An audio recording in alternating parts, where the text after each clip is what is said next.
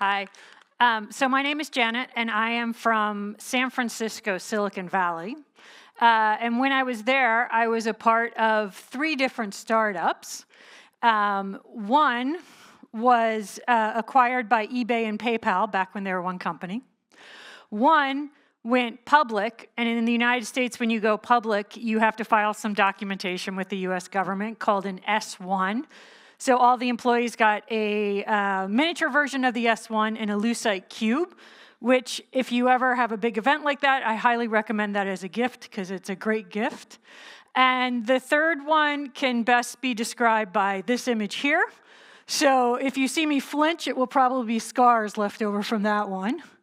About 7, 8 years ago, I moved to the Netherlands. And I started coaching teams here. I started then training, and I actually ran an accelerator program for startups. And now I have my own private practice. So I've been in this game for a while. And when I started, what I thought was, okay, you start out as a startup, you're staying lean and like small and experimenting and moving rapidly. But at some point, you hit product market fit, the heavens open and the angels start singing, and then it is straight up to the right, easy peasy after that, right?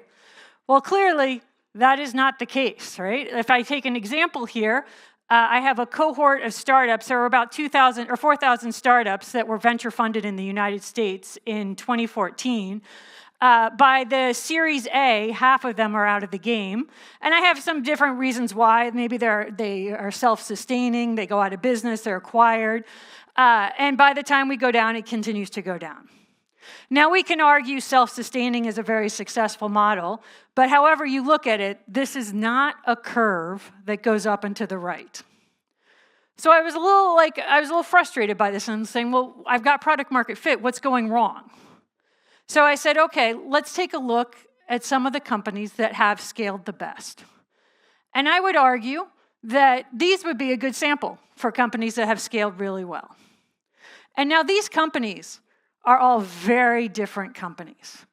Like Apple, one of the fantastic things about it is if you get like the earbuds, when you take them out of the box, it automatically works with your watch, with your phone, with your computer. But let me tell you, decisions do not happen quickly at Apple. Facebook and Amazon have a very different approach. Move fast and break things. Let 1,000 flowers bloom. Very different culture and approach to how they scaled.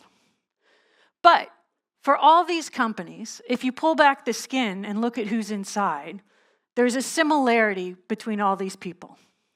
And the one thing, or one of the things that they have in common was that all these people here were coached by this one gentleman. Does anyone know who he is, besides the front row peanut gallery here?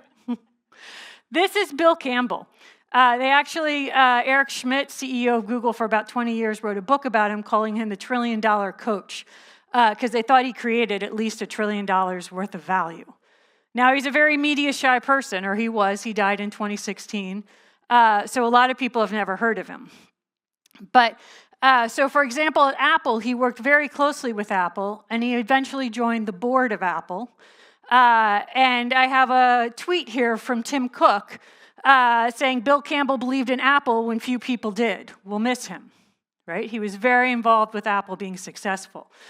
At the same time, he was working with Amazon. So Amazon was funded by Kleiner Perkins, was one of their first investors.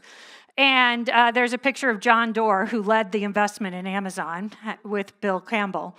And John Doerr, he wasn't too sold on Jeff Bezos. He was like, I don't know if this is a guy who can scale the company. And so he sent Bill Campbell on up to Seattle to say, because it's a big deal to fire a founder, for a VC to do that, like that's big. He said, go check him out. I just, make sure. And so Bill Campbell went to Seattle, spent a day with Jeff Bezos, came back, and he said, he's your guy. And John Doerr's answer was, well, make him. So he started working with him.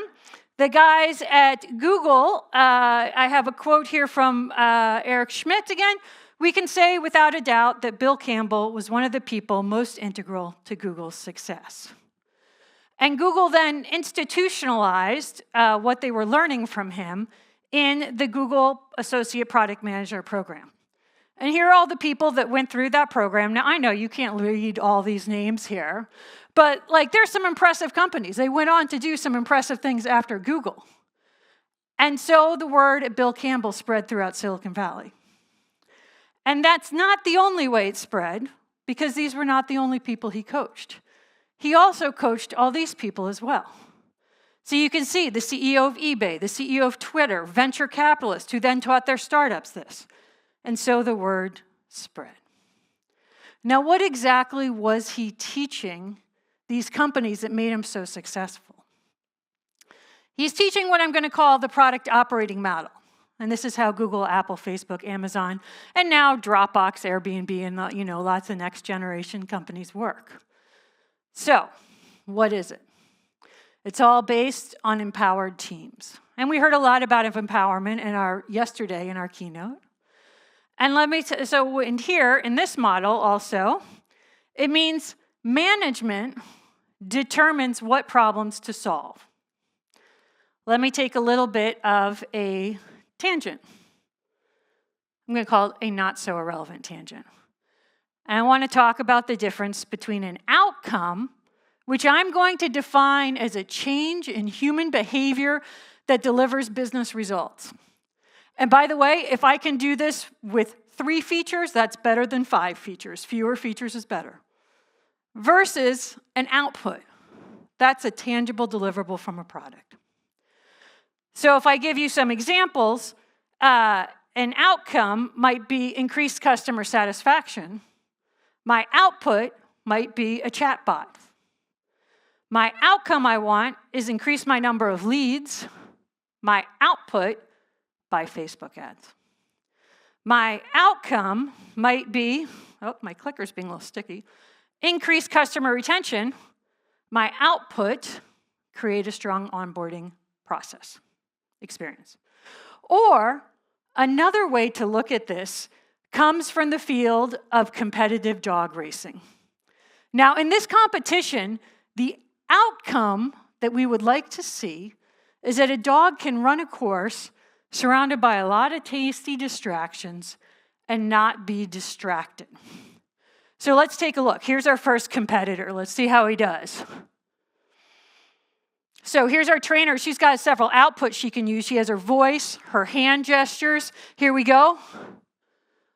Look at that. Flawless outcome. Oh, there's another output. She can give a reward. All right, second competitor. She's looking fierce here, looking focused. Let's see how she does. Oh, a little bit of a distraction, but not a bad outcome whatsoever. All right, here's our third competitor. Very different outcome, right?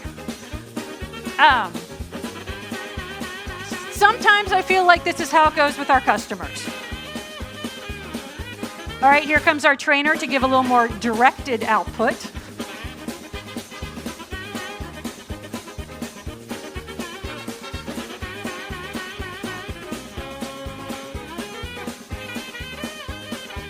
Very directed output.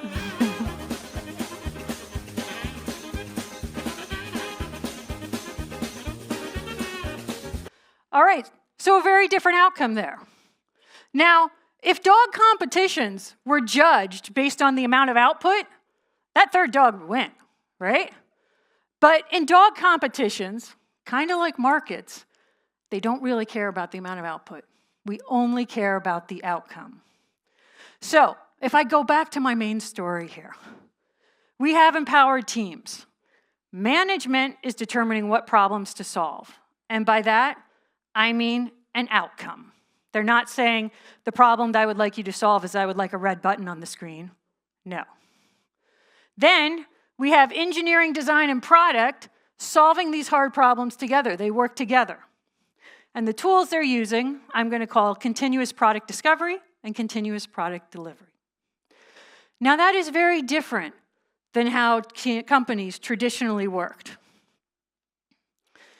Traditional company, we have what we call a delivery team or a feature team. And here, Management or sales determines what features to build. And this is how it happens. You know, you've maybe seen this. Like sales walks in and are like, oh, I just closed a big deal. This is going to be big for the company. We're going to make a lot of money with this deal. But to close this deal, I had to promise the customer that we'd have a red button. So you guys over there in design and engineering, go build me a red button. Or what happens is management says, you know what, hey, we had an offsite. We had this great dinner. We had a couple of bottles of wines. And by the end of the dinner, we figured out what we need to do. We need a purple button. So you guys over there in design engineering, go build me a purple button, right? And then engineering and design implement these features that have been given to them based on a roadmap, right? And don't get me wrong, that is really hard to do. I'm not discounting that. We don't really need to have a product manager because we don't really need to figure out what our customers want. We have sales and management to tell us this. We do have a product owner because we're doing really good delivery, right? And we're just using continuous product delivery. Now, and I realize in Europe, sometimes the titles are different. Like some product owners are doing customer discovery. Cool. I'm more concerned about, are you doing customer discovery or are you implementing features that have been given to you? So on the left, what happens here is this tends to end with better product design. Like it's no accident. Those products that are coming out of Silicon Valley, they just fit like a glove, like they're good, right? And it also lets you be more responsive to changing markets, right? There's a new opportunity in the market. You don't have to go all the way up and down the pipe to get, can we build this? The team can make that decision, right? And on the right, what happens is we end up with more tech debt. And with this crowd here, I'm going to assume everybody knows what tech debt is. If it gets too high in Silicon Valley, we're about 30% of engineering time. If it gets over to 50% and you don't have a good reason and it goes on for too long, we're pretty soon looking for a new CTO. Tech debt can kill a company. And if we go even further left, we have product-led growth, right? Freemium, free trial, open source. A bunch of companies use it. We love it because it lowers our cost to acquire customers. I'm not going to be talking about product-led growth today, except to say good luck doing product-led growth if you're not doing the product operating model. You kind of need it as a prereq. And I make it look easy, like it's, black and white. It is not. It is a spectrum, right? And we are at different points on the spectrum. And at different times, we're at different points, right? There might be a reason to be over here and be a delivery feature team, right? There might be a short-term reason, but there is a cost. So what does this look like in day-to-day? We have a product vision. We start off, Boucher was covering this. It comes all back to product vision, product strategy. We come down into our metrics, and then we start thinking about the features and solutions. The product vision at the top of the stack, it's a very stable thing, and it gets faster and faster as we're going down until we're at rapid iteration. And our product vision is how you will make a customer's life better. Right? It all starts with making that customer's life better. What outcome do we want to have? And then our product strategy is our path to deliver our product vision. Our product metrics let us know whether or not we're on track. And our features and solutions are what we actually build. So now I'm going to ask you to take out your phone. There's a QR code. We have time to cover one of these 4 areas. I'm going to let you guys decide which one it is so you guys can vote. If I can have our awesome tech team switch us over to Mentimeter, and we're going to see who wins, what result.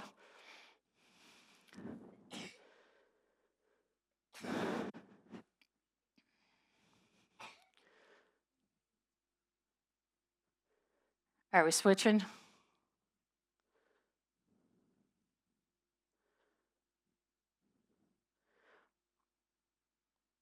We'll give it, I came yesterday to do a tech thing because I realized this is like not an easy thing to do. Oh, here we go, it's coming.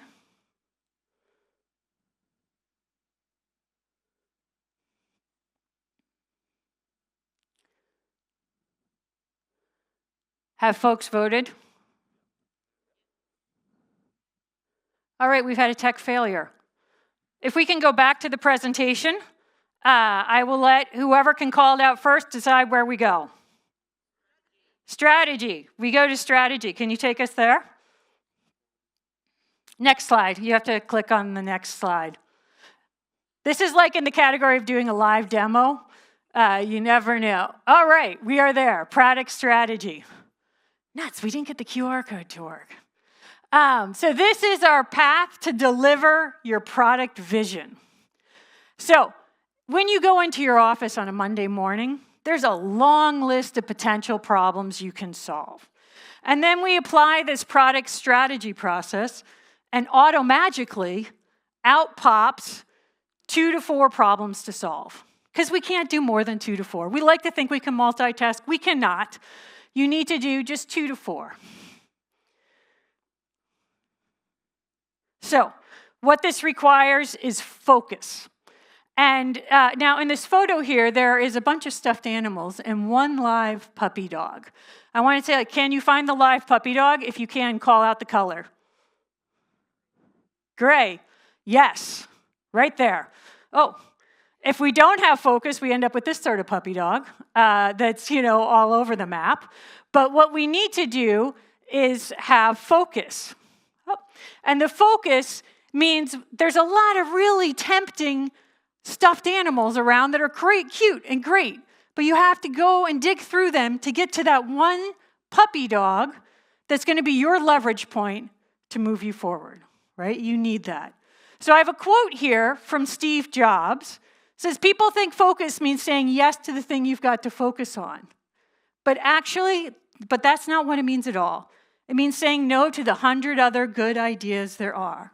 So all those great stuffed bears, you have to say no to. I have a video clip here of Steve Jobs when he made this quote.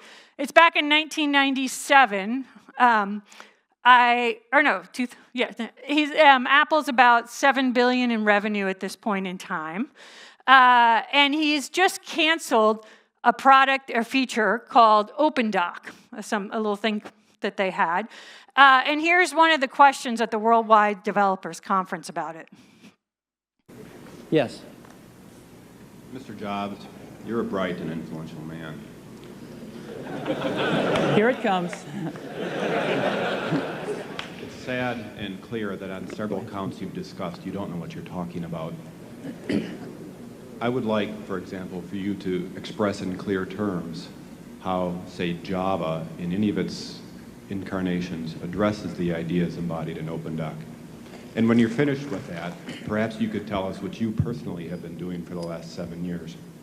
Ouch.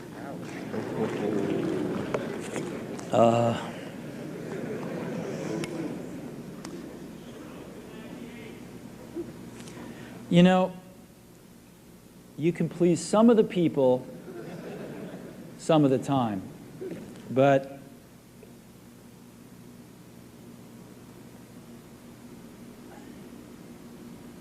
one of the hardest things when you're trying to affect change is that people like this gentleman are right in some areas. I'm sure that there are some things OpenDoc does, probably even more that I'm not familiar with, that nothing else out there does. And I'm sure that you can make some demos, maybe a small commercial app that demonstrates those things. The hardest thing is, how does that fit in to a cohesive, larger vision that's going to allow you to sell $8 billion, $10 billion of product a year? And one of the things I've always found is that you've got to start with the customer experience and work backwards to the technology. And as we have tried to come up with a strategy and a vision for Apple,